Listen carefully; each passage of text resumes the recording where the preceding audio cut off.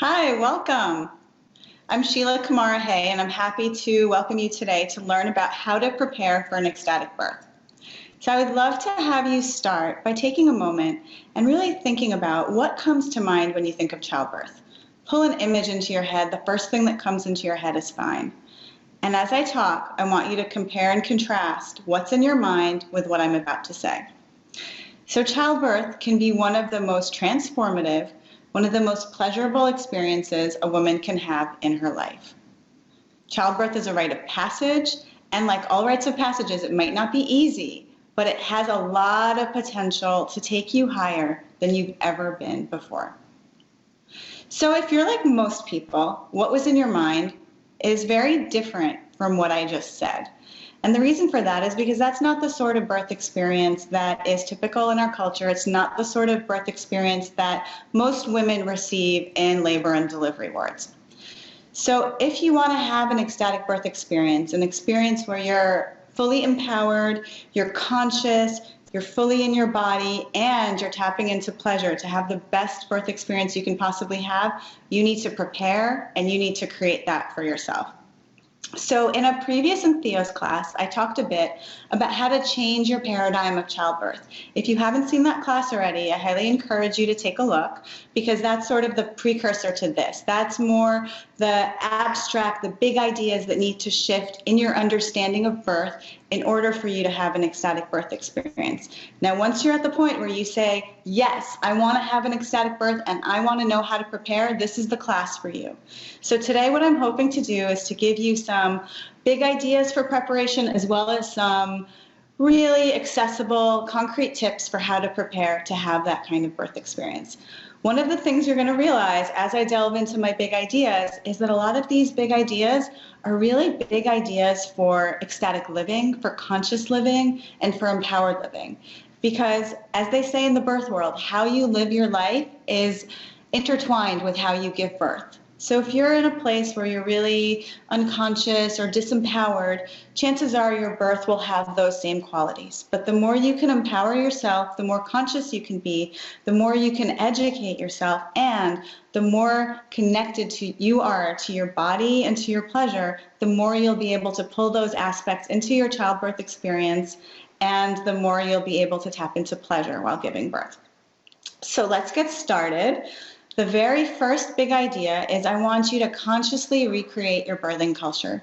I want you to flood yourself with images, ideas, videos, stories that represent ecstatic birth, that show women enjoying their birth experiences, that show women that are empowered in birth, and that show women tapping into pleasure in birth. So you're very lucky. In the past 5 years, the internet has become flooded with these resources. If you just Google ecstatic birth, if you Google orgasmic birth, if you Google sexuality in birth or conscious birth, you will get so many stories and resources that you can begin to fill in your psyche with.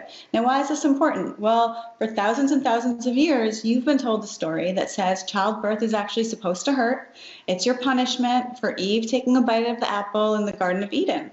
So that's how deep these roots run. So even if you consciously know that you want something different, you need to be able to reprogram your soul and your subconscious. And flooding yourself with all these images and stories will begin to do that for you. Now, the next piece of that is I want you to take a look at the world around you. Who are the people you're surrounding yourself with? What are the stories that you're hearing? What do people say to you when you say, you know what, I want to enjoy my birth experience? This is really important. You want to cut out as many conversations as you can with skeptics, naysayers, people that think you're flat out crazy for wanting to enjoy your birth experience. That's never going to happen, right? You want to cut those people out of your conversations about your birth, and you want to start pulling in people that support you, that love you, that can guide you, that can inspire you. So that's the first big idea. I want you to start to really recreate your culture around birth very consciously. Now, the next big idea is I want you to empower yourself with knowledge. So we all know knowledge is power, and that is just as true in birth as it is in life. And I want to urge you to start right away. You know, if this is the first time you're getting sort of the push to empower yourself with knowledge, start right away. Start as early as you can, even if you're not pregnant. Because here's the thing. So much of succeeding in having a pleasurable birth experience and having a good birth experience depends on setting it up correctly. So that means your provider, where you give birth. These are really, really big decisions that most women make early on in their pregnancy. And most women don't even think of a childbirth ed class until they're in their 5th, 6th, 7th month. And that's really tricky because let me tell you, there is nothing more daunting than sitting in a childbirth ed class at 8 months pregnant and realizing, oh no, I set up my birth all wrong. It is nearly impossible at that point to even conceive of how am I going to switch practitioners, how am I going to switch birth locales. So the earlier you start, the better. And I encourage you to really get informed on the differences between a hospital birth, a birthing center birth, a birth with in your house, a birth with a midwife versus a birth with an OB. Really understand the pros and cons of each of these so you can choose from a very empowered place. In addition, once you start narrowing down your choices of who and where you want to birth, get really clear on their outcome statistics. All hospitals, all providers should be able to give you their outcome statistics for how many natural births they have, how many interventions they have, what percentage of their births are C-sections, what percentage are episiotomies. These are things that you're going to want to know going in so you can make a decision as to whether these are the right people to support you through your birth.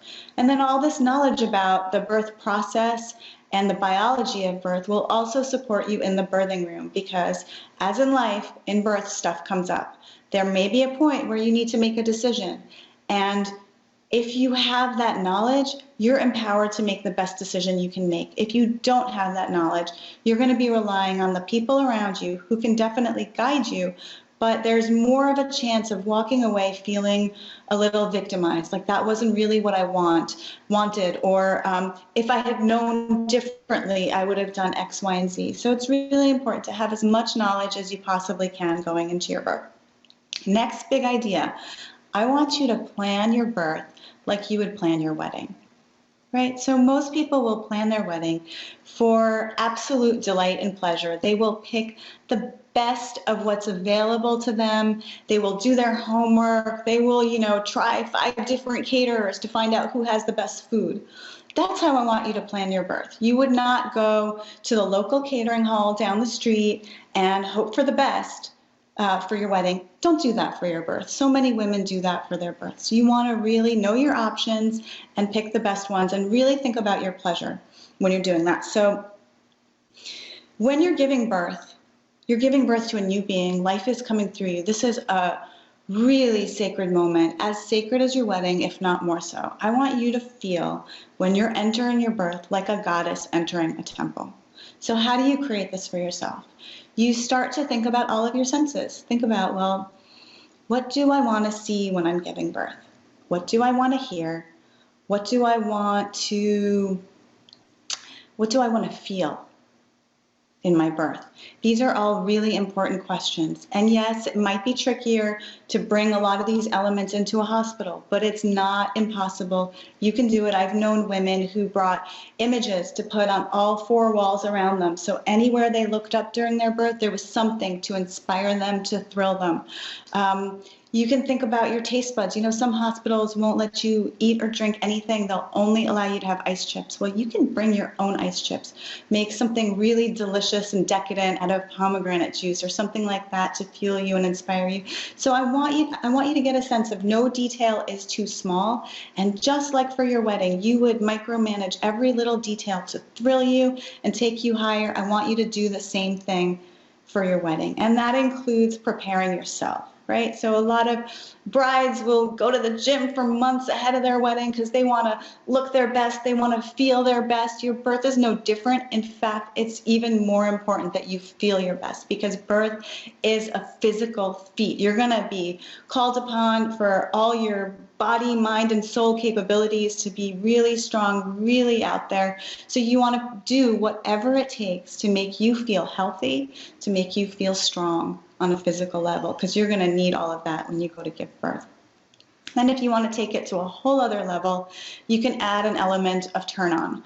So being turned on during birth is like rocket fuel for an ecstatic birth, because your birthing body is the same as your sexual body. And we're going to delve into that a little bit more in another big idea, but I just wanted to plant the seed of that thought there with you right now. Next big idea, I want you to begin a desire list for your birth. Now, this is really different from a birth plan. A lot of people are familiar with the idea of a birth plan where you write down, how you want your birth to go. A birth plan tends to read a bit like a to-do list. And what happens to a lot of women is they look at their birth plan, they look at their birth, they check things off, stuff got run over, and then they feel like, oh, I failed, or it didn't go right. And that's not really a very good feeling. Now, a desire list, what it will do for you, it'll help you get into positive anticipation for your birth. So on your desire list, I want you to write everything, however big, however small, things you desire to experience in your birth, how you want to feel, what you want to experience. And I want you to read that list often, update it often, and really pay attention to the feeling in your body. You want it to feel yummy, like completely decadent, so that you can fully get into the positive anticipation for your birth. Now, just like in life, in birth, you never know what you're going to get. So just like you can't make this life plan and then evaluate your life based on that plan, you can't really do the same for birth. But a desire list will start to get you in that place of positive anticipation. And one of the things you can start to do today is pay attention to how you operate in your day-to-day life. So as you move through your day, how do you react when things don't go to plan? Does it trigger you? Does it piss you off? Does it shut you down? Or are you able to kind of flow through it, make the best of it, make your lemonade? You're going to want to get really conscious on your patterns, and wherever you feel like your patterns are not as positive or as healthy as they could possibly be, you're going to want to start to rework that. And I'm going to give you some tools in just a bit to be able to do that. Now, one other place where you can really get conscious on your patterns is in relationship to your fears, which is your next big idea. I want you to really look your fears in the eye. And I did a full Entheos training on this one too. It's called How to Disarm Your Fears in Preparation for an Ecstatic Birth. So definitely check that one out. But I want to give you it in a nutshell right now, which is that your fears are like the monsters in your closet. So when you turn on the lights, you see that it's just a pile of rumpled up clothing. It's no big deal. So as long as your fears are unconscious, they can feel pretty scary. But if you get really clear on your fears, really conscious, and look at them, then you can start to figure out how to support yourself through them, and then they're not as scary anymore. So again, you can look at how you handle your fears on a day-to-day basis. When something comes up that scares you, what's your pattern? What do you do? Do you resist? Do you fight? Do you shut down? Or are you able to kind of get the support you need to move through them? This is a really important piece. Now, the biggest tool you can use to move through your fears and through things not going to plan and your stress points is breathing. Breath is the simplest and yet very most powerful tool you could use to kind of keep the flow going in your life, in your birth. Because what tends to happen is when we hit a tough patch is we tighten up, we fight, we resist, and that interrupts our flow. It interrupts the flow of energy in our body, and it interrupts the flow of circulation in our body. These are two things that are really important to maintain in birth. So if you start to make a practice right now of noticing as you move through your day where your flow gets interrupted, whether it's your fears or unanticipated things coming up, and breathing very consciously through them, you'll be programming your body to really breathe through resistance and maintain flow no matter what is going on around you. And if you want to take it to a whole other level, you can play with singing and dancing. These are two ways to really tap into other pleasurable activities that can also help you maintain your flow. And singing and dancing are both incredibly powerful birth tools. They help you stay in your body, stay in your pleasure, while also supporting the flow and the opening for your baby to come through. Okay, so now we are on to our next big idea, which is I want you to practice listening to your intuition. So one of the other beautiful things about breathing is it takes you into your body. When you breathe, you can really melt into your body. And birth is a full body experience. You can't think your way through birth. You breathe your way through birth. You feel your way through birth. You follow the sensations through your birth. So the language of the body is sensation. And your intuition speaks to you through those sensations, through your feelings. So one very simple way to start to tap into this is as you move through your day, instead of thinking about, what you need to do next, instead of thinking your way through your day, start to feel your way through your day. And when you've got a decision to make, rather than thinking to yourself, well, what makes more sense? You can start to think to yourself, well, what feels better? Because what makes more sense, that's in your head. And you want to start to get into your body. You want to start to get into the wisdom of your body. And if you can start to pay attention to the feelings in your body and let that guide you, that's a very quick and easy way to start tapping into your full body wisdom, which is also your intuition. Now, I want to share a really quick exercise for deepening your connection to your intuition and also deepening your connection to your sensual nature, which we're going to delve into in our next big idea. And we're going to do like a super quick meditation here. What I want you to do is I want you to close your eyes and I want you to take some really long, deep breaths. Breathe all the way up to your head and down to your toes. And I want you to start to really feel into your body. Really feel into all your body parts are just melting away. All the resistance is just melting away. And from this relaxed state, I want you to picture yourself in your happy place. I want you to picture yourself in this place where all is well with the world and you're just so yummy. And in this happy place, you see your ideal lover coming towards you. This person is gorgeous. This person turns you on. This person is everything you have possibly dreamed of. And this person is coming right towards you. And as you enjoy the sight of your ideal lover coming towards you, you realize that this person loves you with their entire being. This person loves everything about you. And I want you to really soak that in. And I want you to really feel what that feels like. You are so loved. You are so supported. And that person comes close and leans in and gives you a kiss.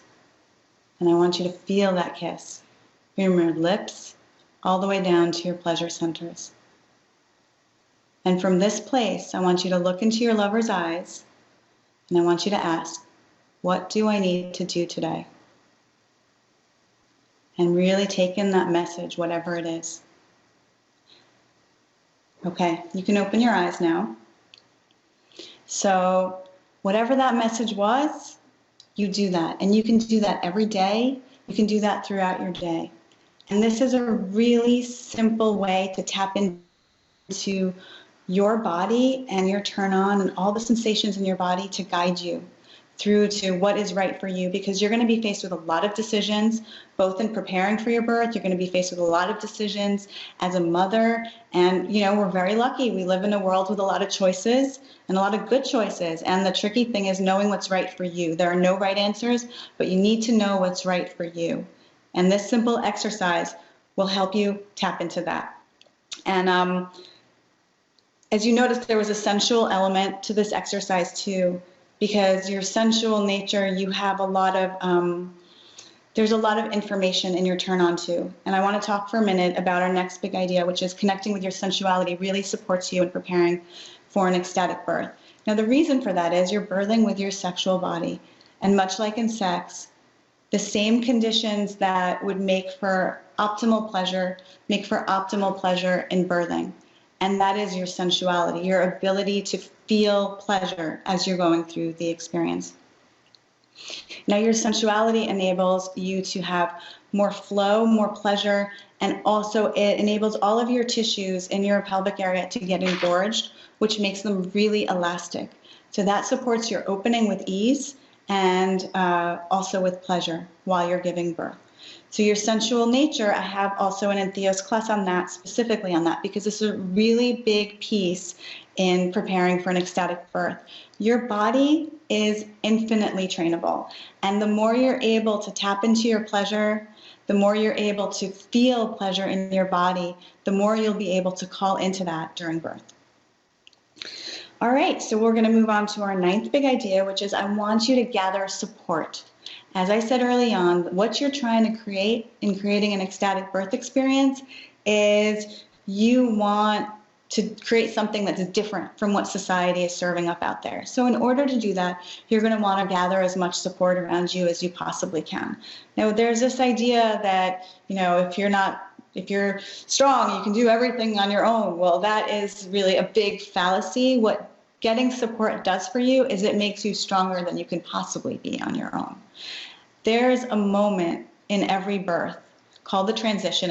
It's after the first phase of labor, right before you start to push. It's called the transition. And in that moment in birth, every woman has this moment of, oh my God, I can't do this anymore. And it's really a very funny thing, because it's at that moment that as soon as a woman says, you know what, I'm out, I can't do this anymore, that's the moment that you know that she is about to have her baby. So in my own birth, I had a doula, and I remember when I hit my transition, she came right up to me, her face was right here. She said, Sheila, look me in the eyes, breathe with me through your contractions. And she took me through my transition to the point where I was ready to push my baby. Now, this was a really powerful moment for me because, I could have gone through it on my own if she hadn't been there. I probably would have freaked out, screamed, I don't know, but I would have done it. I wouldn't have died. I would have gone through it. But the fact that she was there and just looking in her eyes and breathing with her really carried me through with so much ease and so much pleasure and so much love. It was really an honor. And so there are all these statistics that show that having a loving female presence at your birth actually reduces your chance of intervention by 50%. That's a really big percentage. So think about, who do you want to be at your birth? Who's going to love you up during your transition? And also think about, after your baby's born, who can really support you so that you can focus on what's important, which is connecting with your baby and enjoying your baby. All right, last but not least, our last big idea is I want you to start to celebrate all the good in your life. So as you go about through your day, what are you thinking about? Are you thinking about all the good stuff that you've created? Are you thinking about all the wonderful things that have come your way? Are you thinking about this problem that you need to solve and, how you kind of messed that up a little bit? I want you to start to notice what your patterns are around this. And as much as you can, I want you to get into the habit of celebrating all the good in your life. The reason this is important is because, as in life, in birth, stuff comes up. And often the difference between something feeling ecstatic or traumatic is how we process it. And so I've seen so many women having amazing, fantastic births. They worked so hard to prepare. They had a great birth experience. But because of this piece or that piece, in their minds, they failed. And that is such a shame. It is such a shame to see that, when really, rather than focusing on that one little piece that didn't go 100% according to their desires, they could have focused on what they created, which was really incredible. So I want you to take that into your heart and start noticing all the good in your life and start making a habit of celebrating the good, so that also as you process your own birth experience and you look back on it, you can really see all the amazing things that you created. And of course, the best part of all, at the end of it, you'll have a beautiful baby in your arm. All right, so that completes our 10 big ideas. As you see, there's a lot of intermingling between ideas that are good for life and good for birth in this top 10 list. I hope I've given you a sense of how you can every day, day to day, start to tweak your habits and start to put practices into place that will really support you in preparing for an ecstatic birth. And if you want to delve even deeper, I have a program on my website called the Ecstatic Birth Training Sessions, which will take you deeper into each aspect of ecstatic birth preparation. I am so grateful you're here. Thank you so much for listening, and I wish you all the best on your journeys.